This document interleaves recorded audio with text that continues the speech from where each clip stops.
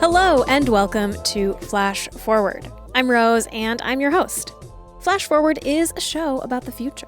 Every episode we take on a specific possible, or sometimes not so possible, future scenario. We always start with a little field trip into the future to check out what's going on, and then we teleport back to today to talk to experts about how that world that we just heard might really go down. Got it? Great. Before we go to the future today, a small bit of very exciting news. I am hiring someone. For the first time in 5 years, I am finally bringing someone in to help me make this show. And that is only possible thanks to the folks who have supported the show on Patreon and the new network at Flash Forward Presents. So I'm not going to lie to you, I am absolutely, completely terrified to suddenly double the number of people working on this show, but I am also really excited. If you are interested in learning more about the job, it's a part-time associate producer gig. You can find the posting in the show notes for today's episode. And if you want to help support the show and maybe even help me hire someone full-time in the future, you can learn more about how to do that at flashforwardpod.com/support. Okay, now let's go to the future. This episode, we are starting in the year 2031.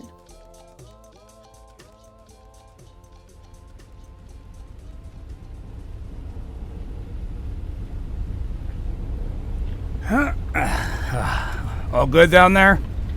All good. Nobody's threatening to wake up on me? No, we're managing them pretty closely. Any word on the Bulgakovs? Nothing. So either they don't know or they don't care. Or they've got some other plan. Not sure why you're so scared of them. They sank a SEAL relocation boat 6 months ago. Well, they're not sinking an icebreaker. Still, they're always up to something. Well, if they give you trouble, just wake the bears up and let them attack, right? They're not trained. That was a joke, Zin. Oh, right. Never really understood the appeal of polar bears myself, if I must be honest. What do you mean? I don't know. Of all the creatures to spend all this time and money on seems like a pretty big hassle. It's symbolic. Of what? Our willingness to try, our culpability, our long-term commitment to righting our wrongs and helping the Earth. Well, the Earth thanks you, I'm sure. So what happens if the bears die out there? They won't. Well, how do you know? I've run through almost every possible scenario 100 times. The bears dying is not only unlikely, but also not even close to the worst thing that could happen. Okay, what's the worst thing that could happen? Well, they could wake up on the ship and kill us all and doom us to haunt this ocean for the rest of time. But really, the worst case is that they do too well. Well, I thought the whole point of this was to help them. It is, but polar bears are apex predators. If they do too well, they'll destroy the ecosystem, wipe out all the penguins, and then turn to cannibalism. Or hunting humans. Or both. And how likely is that scenario in your calculations? Low to medium. So why risk it? We have to do something, Captain. Do we? I think so. Bridge. Yeah. All right, coming up.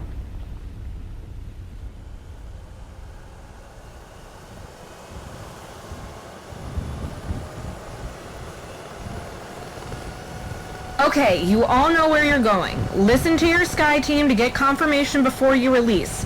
Nobody goes within 50 miles of the penguin colony, okay?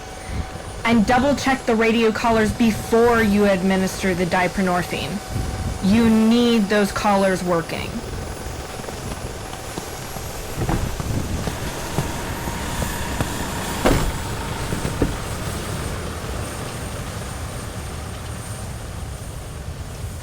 You nervous? Of course. About which part? All of it. The logistics. What if 2 teams release too close? What if a bear is allergic to diprenorphine? I could only be here with one of them. At least the Bulgakovs didn't show up. You're not nervous about the press? We can deal with them later. Head west a bit. Bear 4, how do you feel about the spot? You're clear from my view. Roger. Here looks good.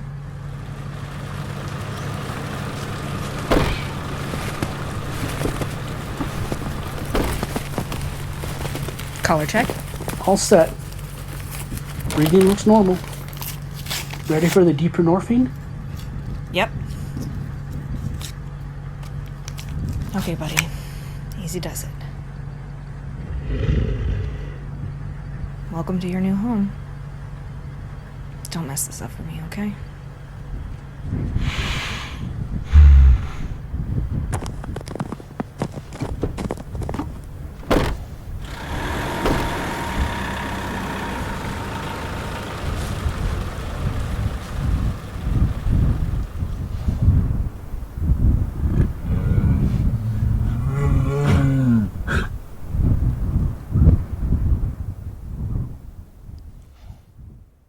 Okay, so today's episode actually comes from a listener question. Amanda Aho wrote in and asked, I was watching a nature episode about bears, and I had a thought/question. If we want to save polar bears, would flying them to Antarctica be a viable option? How would introducing them to a whole new continent affect their lifestyle and the ecosystem already in place in Antarctica? I would imagine the disruption would be significant, but with a changing climate, would it be worth it in the end? This is a great question, and it's one that opens up so many different things. What Amanda is asking about is called assisted migration.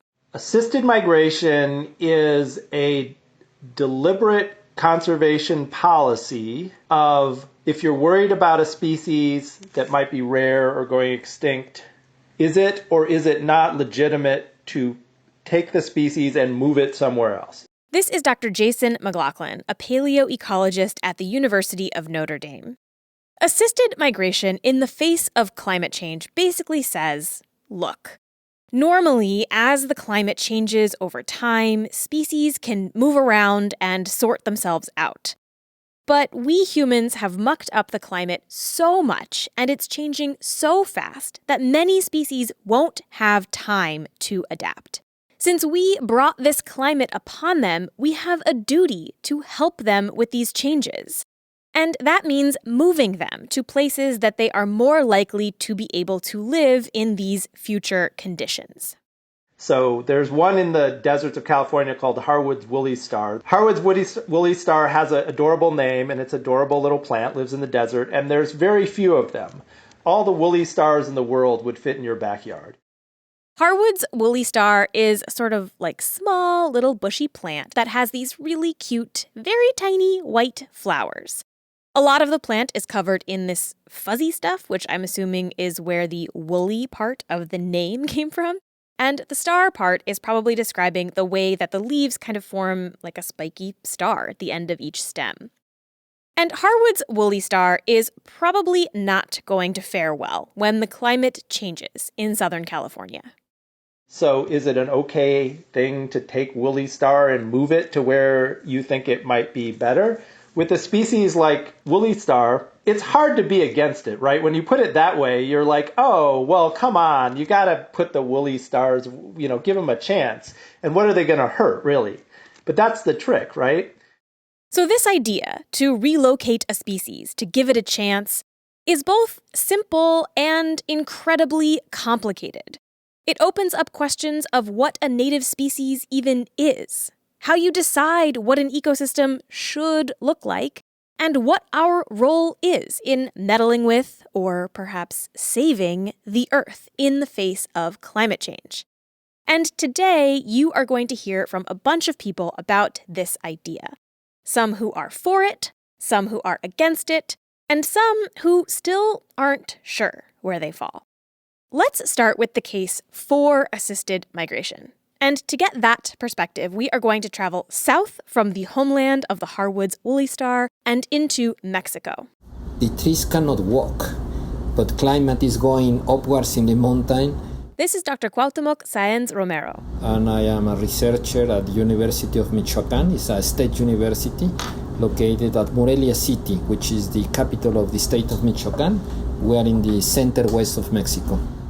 While all trees cannot walk, with rare exceptions, the specific trees that Cuauhtemoc spends most of his time thinking about are called sacred firs, also known as oyamel. These trees grow at high altitudes in the mountains of Michoacan and other parts of Mexico. And sacred fir trees are really important for an iconic animal species that you've almost certainly admired before: the monarch butterfly. Every winter, about 200 million monarch butterflies hibernate in the forests of Michoacán, many of them in the Monarch Butterfly Biosphere Reserve. In the spring, they leave and flap their way north and spread across the United States and even up into Canada, only to return again every winter. And here's something that I actually didn't know about this big migration. It's not that one butterfly flies all the way north and then all the way south again. There are between 4 and 5 generations between monarchs that depart from Michoacán, go to Texas, die there before put the eggs, and then the new generation arise, and then there is one generation more until reaching the south of Canada, and the next generation come back. So it's 4 to 5 generations. So it's something that is obviously inherited somehow, some kind of navigation system to do that. And this makes the fact that these butterflies are able to come back and find these very specific trees in this very specific place extra incredible. The trees and the butterflies and their location all come together to create the perfect, exact habitat that everybody needs. Wintering monarch butterflies require a really specific set of conditions. When they are here, they live mostly of the fat reserve that they have accumulated in the way from Canada to Mexico, especially in Texas. They accumulate a lot of fat. If it's too hot, that fat winds up causing them to overheat. But if it's too cold, they have another problem. If the wings of the monarchs get wet and the night is very cold, the ice form on the wing and then die. The sacred fir grows at the right altitude to keep the butterflies cool enough, and its branches provide protection from the rain and chilly nights, and keeps the monarchs warm enough that they don't die. It's this really delicate and perfect balance.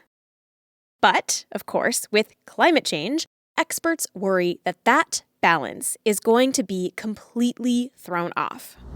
So far, the hard data indicate that the worst scenarios is what is going on. So we are directly to the worst scenario. And for 2060, we expect 2.5 degrees. That's 2.5 degrees Celsius based on climate modeling. And if that happens, which many people think it will, these trees probably won't be able to grow where they currently do. The butterflies will get too hot, and they won't be able to find protection from the rain and the cold nights, and they'll die. So, what do we do? Well, Cuauhtémoc says we have to move the trees up the mountains. And that is the work that he has been doing with his team and collaborators. They've done experiments on which seeds to use, whether the local trees are actually the best ones to use or not, where to plant them, what the trees need, and they have a set of experimental trees planted at higher altitudes. But even that might not be enough, he says. They might actually need to go higher. But going higher in the Monarch Reserve is impossible. Well, the summits of the Monarch Butterfly Biosphere Reserve is about 3,550. So, and that summits are just, a small place with rocks. So we have a limit, which is the limit of the summit of the mountains. So we need to go beyond that for 2060 and 2090 for sure. Our options are other higher volcanoes, Popocatépetl, Iztaccíhuatl between Puebla City and Mexico City, Nevado de Toluca, which is close of Toluca City, Pico de Orizaba in the slopes of the Veracruz state. Those volcanoes are more than 5,000 meters high. And we need to, in my view, and this is controversial, and some people think that I am sort of crazy, and I hope not, but the the challenge is to establish a new forest of Aves religiosa beyond the altitudinal limit that they have today. But even if you can get these trees to live on these other mountains, there's still a huge question. Will the monarchs find them? They've never gone to these places on their migrations before. And then it's going to an issue of hope. The hope will be monarchs will be able to change this compass system that they have inherited and is passed in 5 generations, one to another, to come back to Michoacan and change the overwintering site to a different mountains. We don't know that, but we think that we have room for hope. I think my responsibility as researcher is to find a way to have healthy trees in the future, adapted to the future climate, and see what happens. I cannot promise more than that.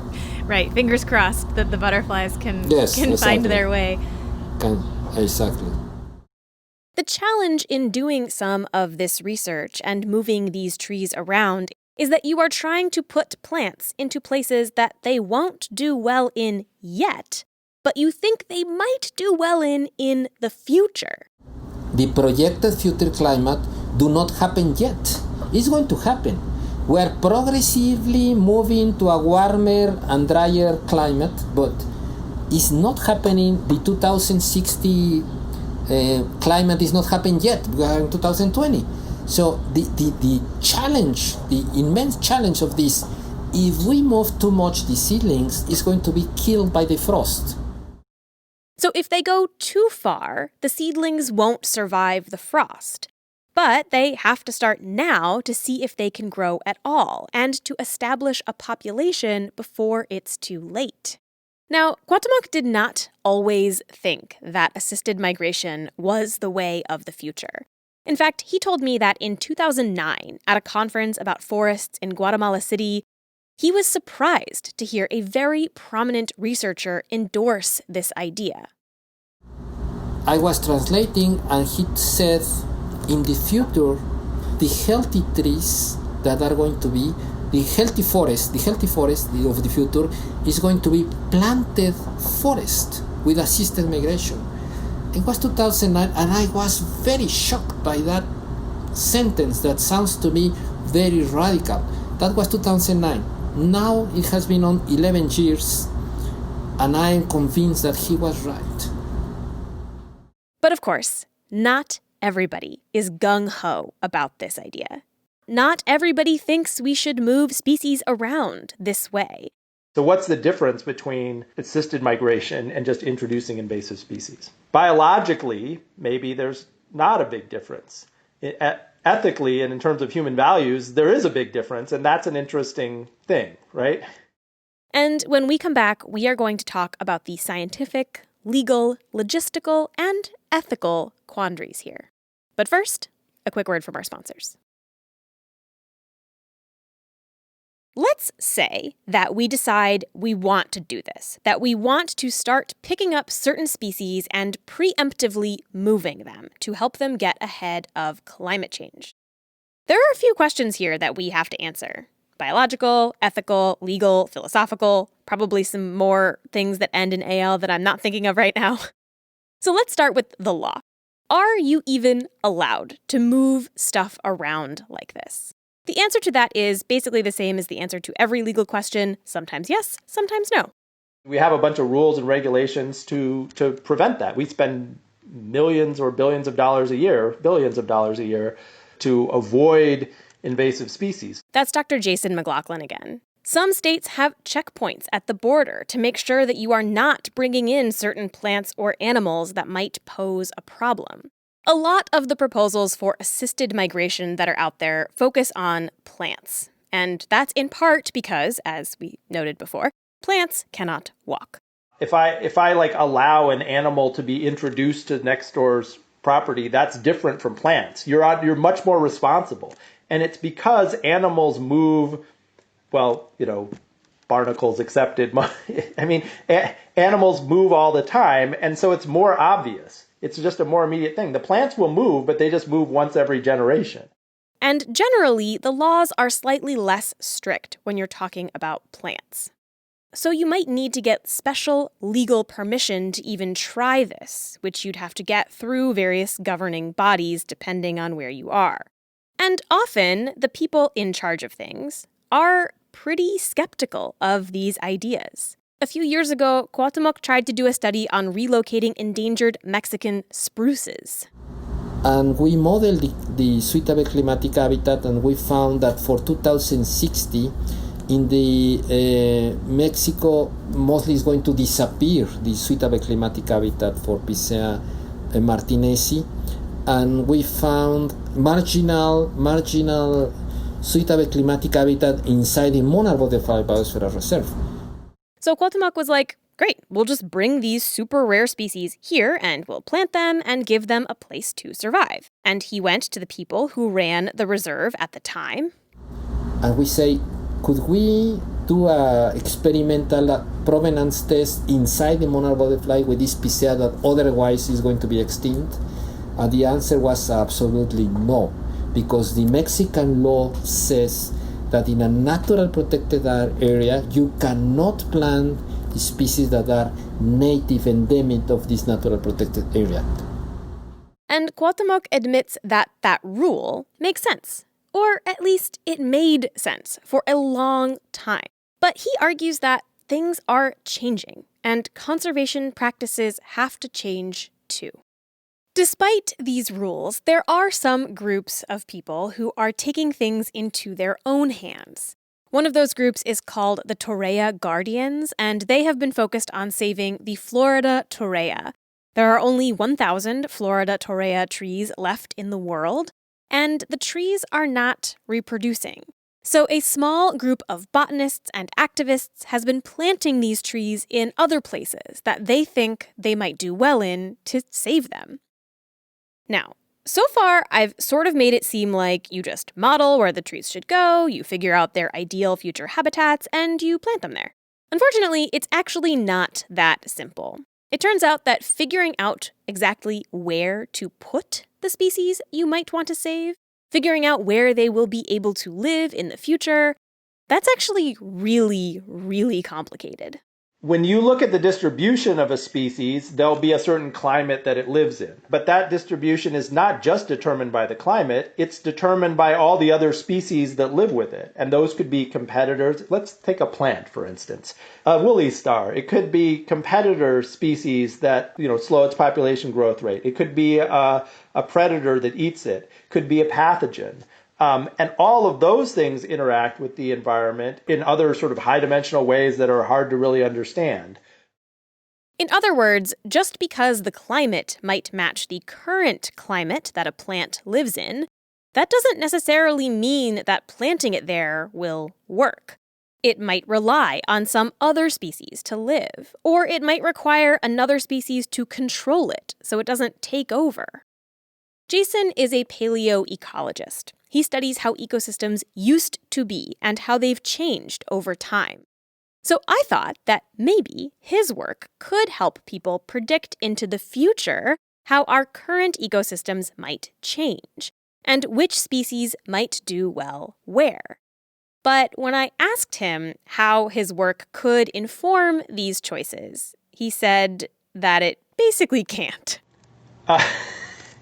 I feel like I'm going to be a downer on this one. You set me up, you teed up like a positive message. Jason says that what he has learned over the years is that we are really bad at figuring out which conservation choices will be the right ones over time. In fact, Jason actually did an experiment to see if they could have helped conserve species back in the Ice Age, when another warming event happened.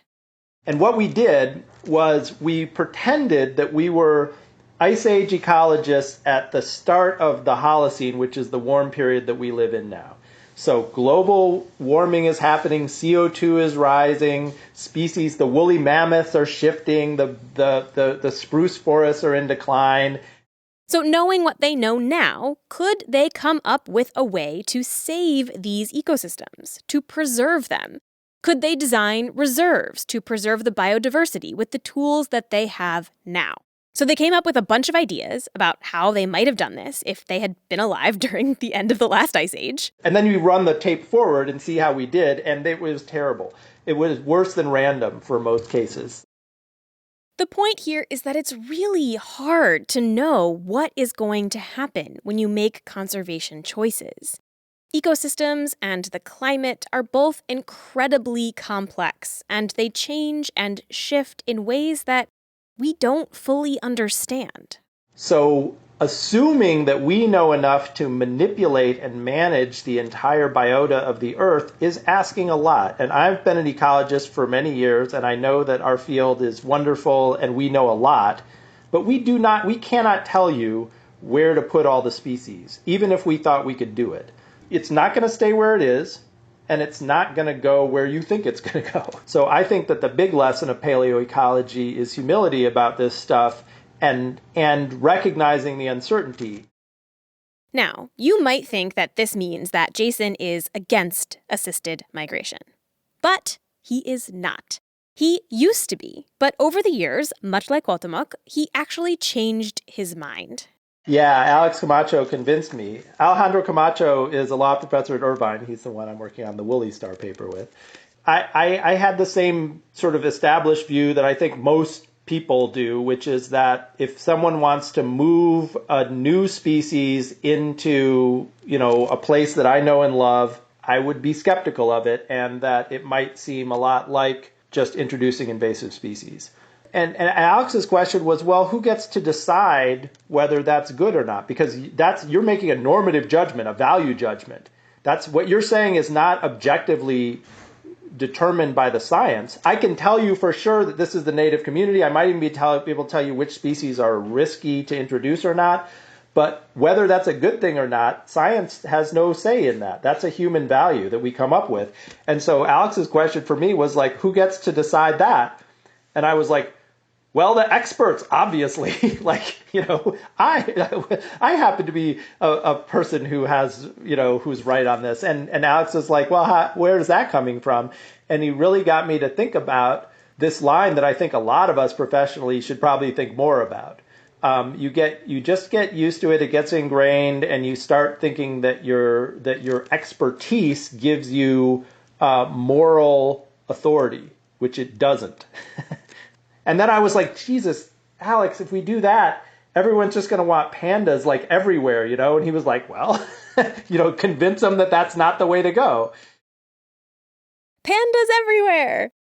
But seriously, this is the reason assisted migration is such an interesting idea to me. Because there isn't really a correct science answer here. These are questions about values, about what people think the world should look like.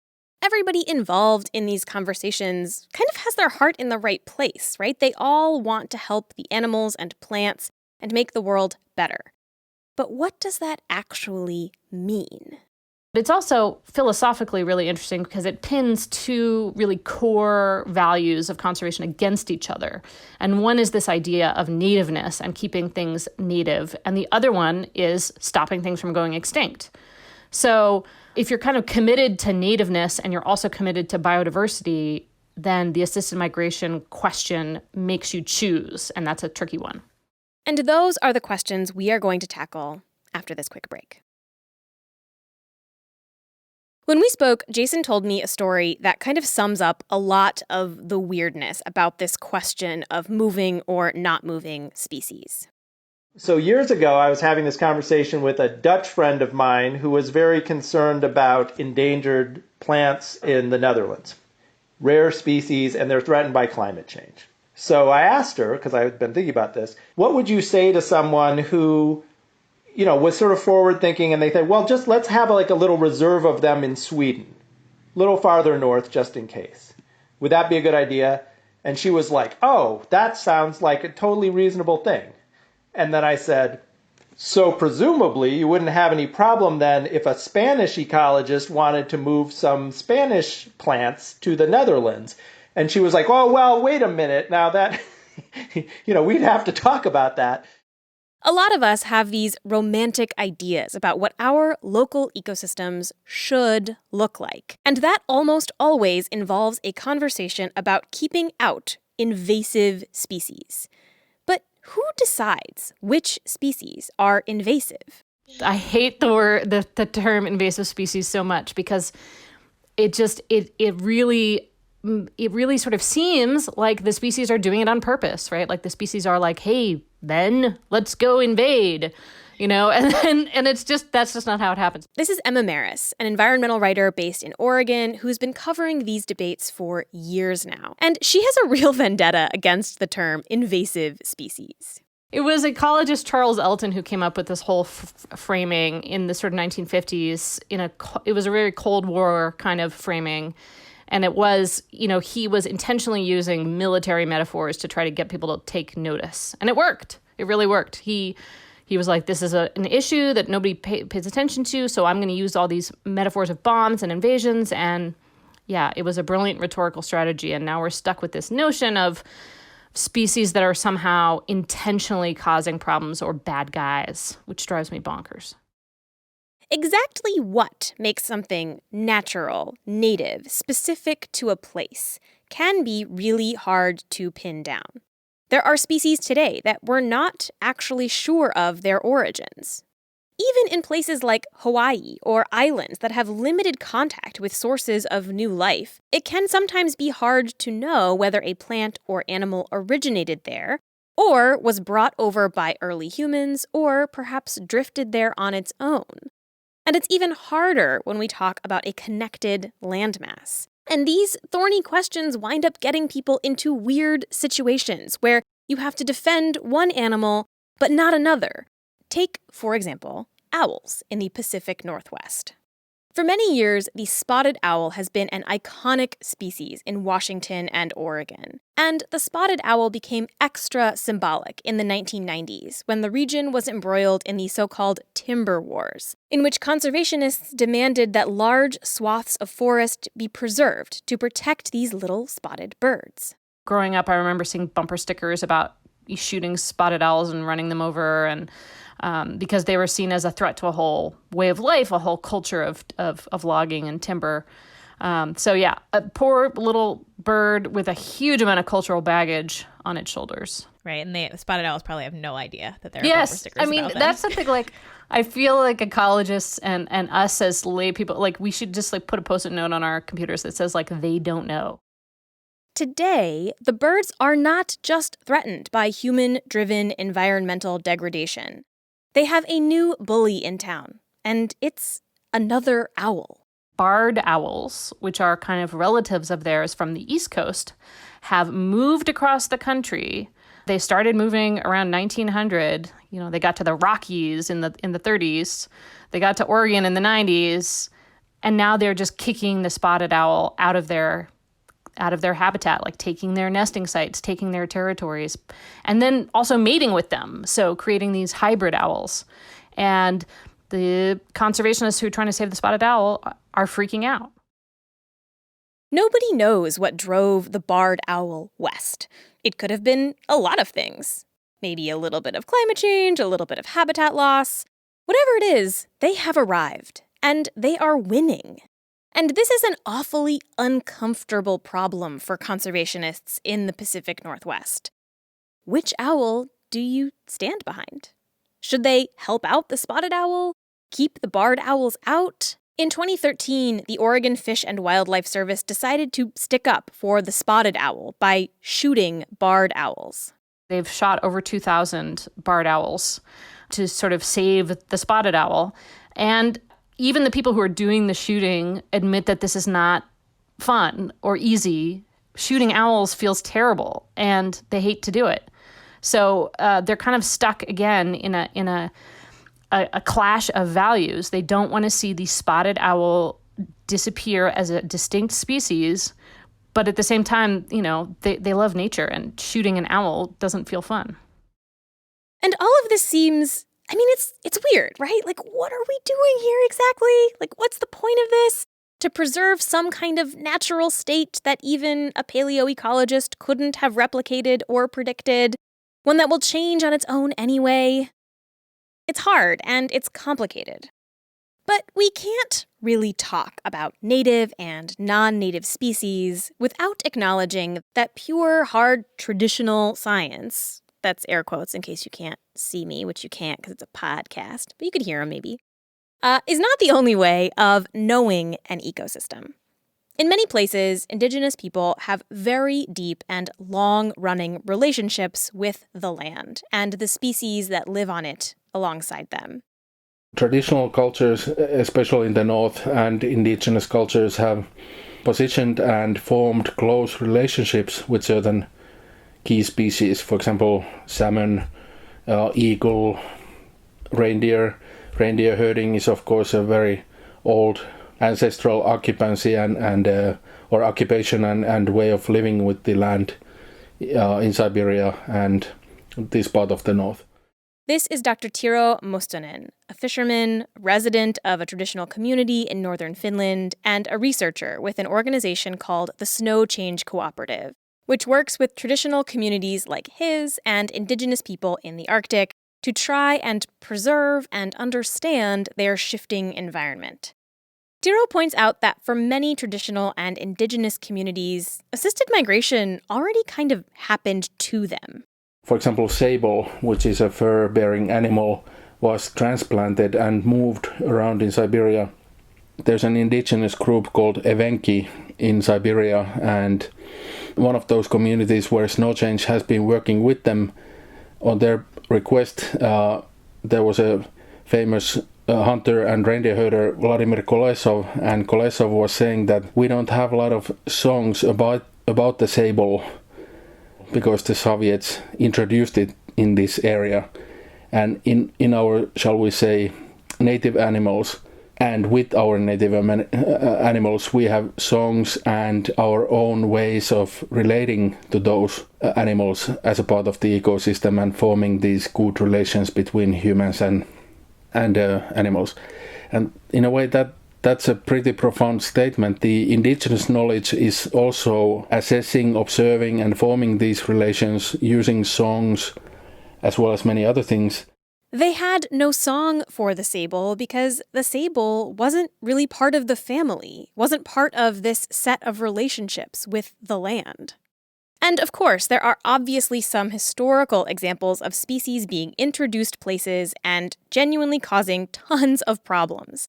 In fact, remember the stoat you just heard about? They were also introduced to New Zealand in the late 1880s after farmers there complained about rabbits, also not native to New Zealand, that were eating their crops.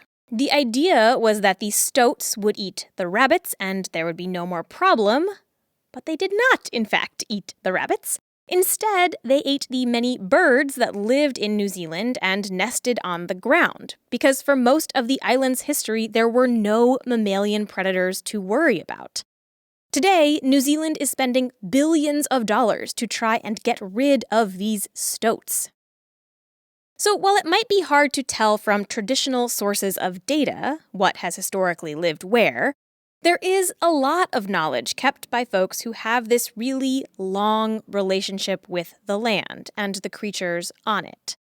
Any kind of conservation strategy should always take that knowledge into account and listen to the desires of the people who have lived on the land the longest and the most intimately. And this is not mutually exclusive from science. These are not two totally different things.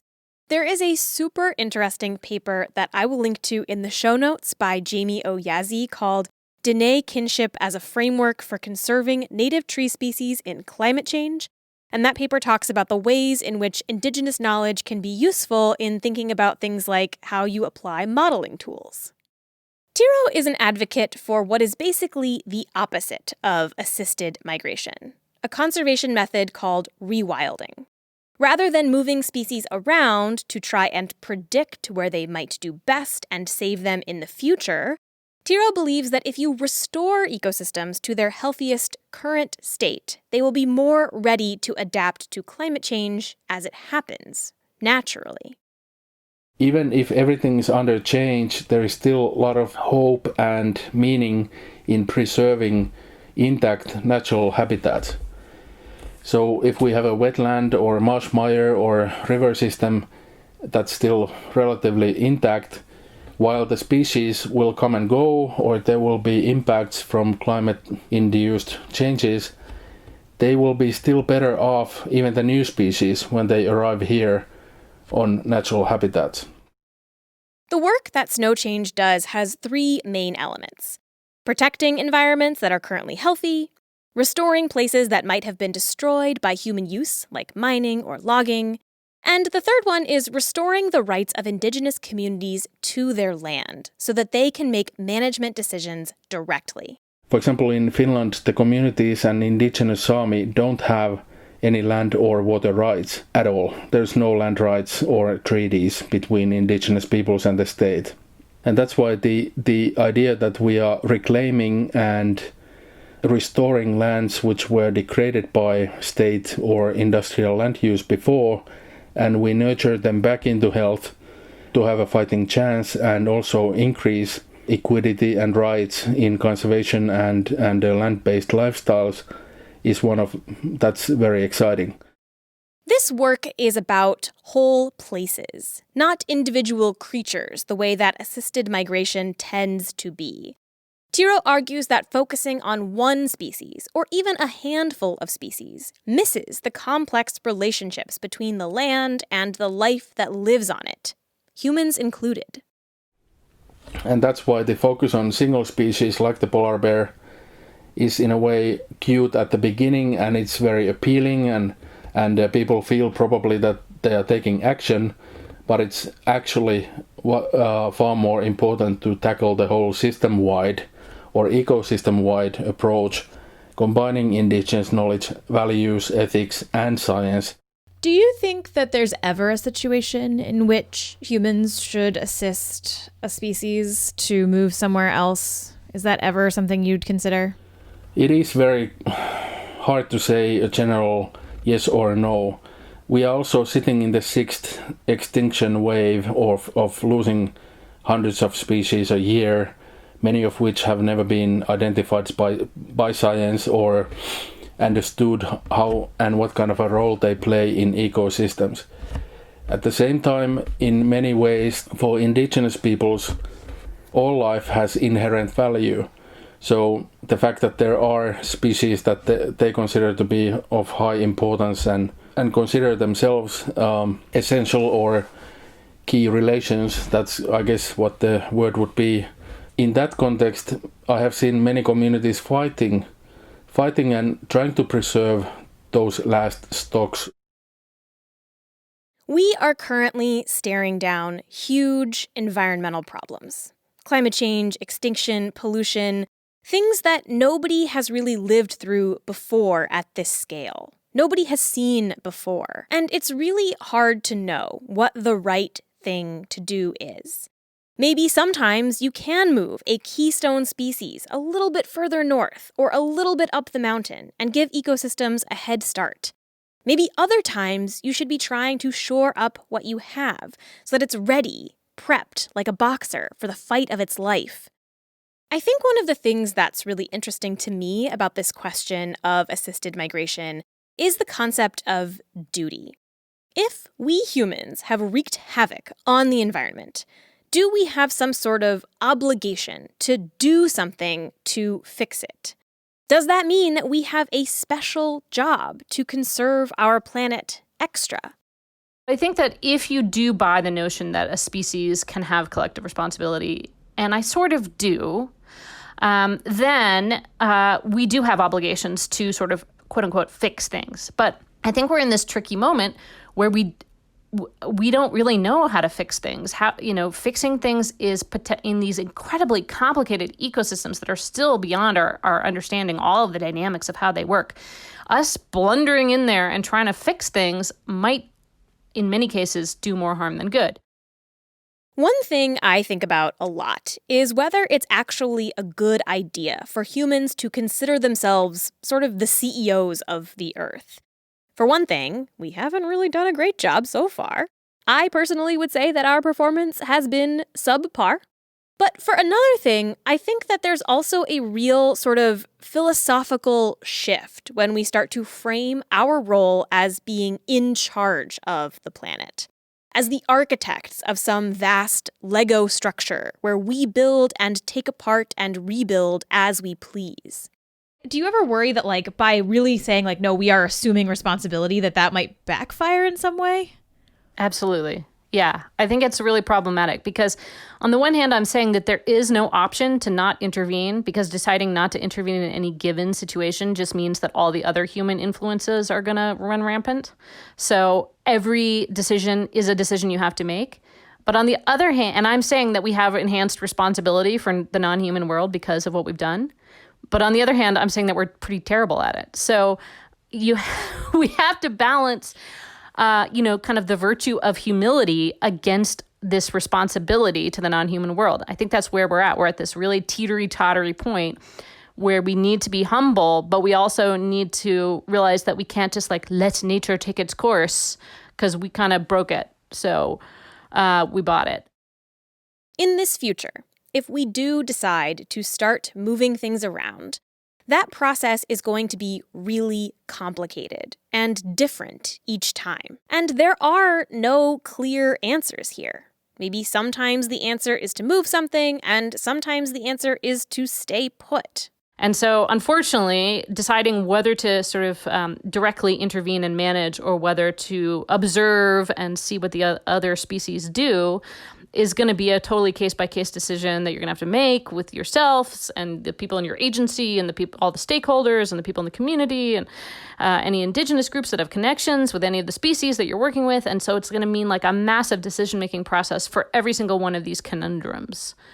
But I can't really see any way around that because if we decide to intervene in every case, we'll become arrogant. And if we decide to not intervene in every case, we're going to demonstrate a lack of care. My last question for you is if you were in charge of the world and you had two choices and only two choices, either we are not moving anything and we're just trying to conserve everything as it is, or we are moving everything willy-nilly, just like go full on, let's do it. Which one do you think is the better option? Which would you pick? So I'm in charge of the world, but there's still global warming. I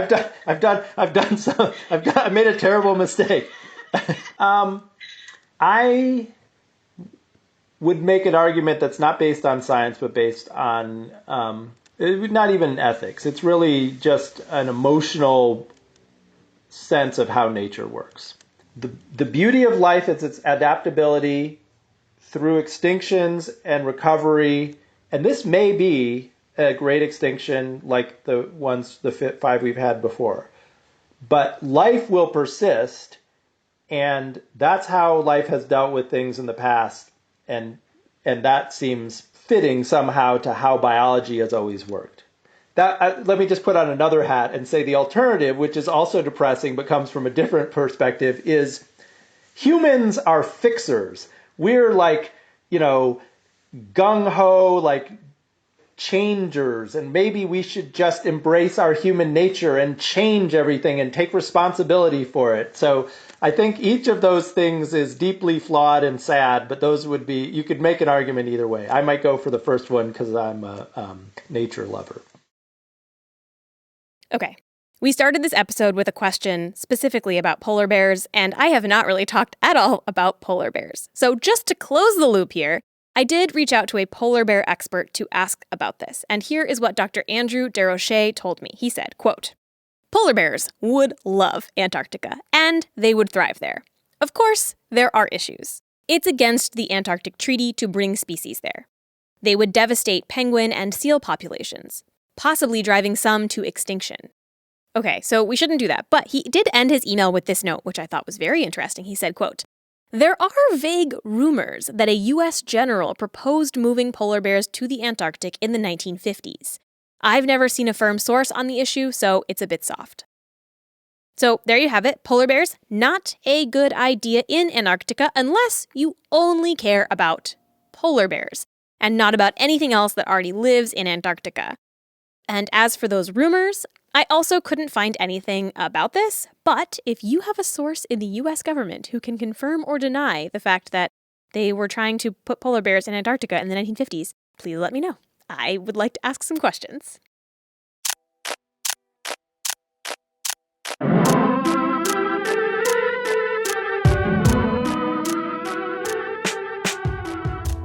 That is all for this episode. Although I do want to say that there were so many things I learned in reporting this episode that I could not include in the final cut just for time, because we do not have 3 hours for this show. For example, did you know that some people want to feed polar bears? Instead of moving them, this proposal says we should just drop meat out of helicopters to keep them alive. I also learned some fascinating stuff about what exactly makes an ecosystem one type or another, and how the long-running theory that explained that was recently turned on its head. Emma and I talked about how to consider the conservation of hybrid animals, like the offspring between a barred owl and a spotted owl. Is that a failure of conservation? Is that a good thing because the genes from the spotted owl will live on? So there's just so much stuff that I didn't get to include, and I'm going to try to stuff all of it into the bonus podcast this week. So if you do want to hear that stuff, please consider becoming either a patron or a member of the Time Traveler program. You can learn more about both of those things at flashforwardpod.com/support. Flash Forward is produced by me, Rose Eveleth. The intro music is by Asura, and the outro music is by Hustleonia. The episode art is by Matt Lubchansky. The voices from the future this episode were provided by OJ Carrasco and Cassandra Short, who are both patrons, as well as Keith Houston, who you heard on the Bodies miniseason last year. You can check out Keith's voiceover work at keyvoicevo.com and listen to his radio show This Eternal Afternoon every Sunday at 4:30 PST on twitch.tv/Roger9er. This Eternal Afternoon is like a landscape painting with music, anything that fits for a long and lovely afternoon. Also, since Keith is my go-to source for karaoke news, I will also add that he says that karaoke will resume at some point in the future when it is safe to be inside and sing/yell around strangers. If you want to suggest a future that we should take on, send me a note on Twitter, Facebook, or by email at info@flashforwardpod.com. I love hearing your ideas. Obviously, this episode came from a listener, so thank you, Amanda, again for that. And if you think you have spotted one of the little references that I've hidden in the episode, you can email me there too. That's info@flashforwardpod.com. If you are right, I will send you something cool. Shout out to everybody who got all of the Princess Bride references last episode. And if you didn't, you can go back and listen for them, and now you kind of know what you're listening for. If you want to discuss this episode, some other episode, or just talk about the future in general with other listeners, you can join the Facebook group. You can just search Flash Forward Podcast and ask to join. There is one question you have to answer when you ask to join, and if you do not answer it, I will not let you in because you might be a robot. And finally, if you want to support the show, there are obviously a couple of ways you can do that I've talked about already. Go to flashforwardpod.com/support for more about how to give and kind of make this whole thing possible, especially now that I'm hiring someone. But if that is not in the cards for you, if financial giving is not something you can do, I totally get it. You can still help the show out. You can head to Apple Podcasts and leave a nice review, or you can just tell your friends about the show. That really, truly does help. Okay, that's all for this future.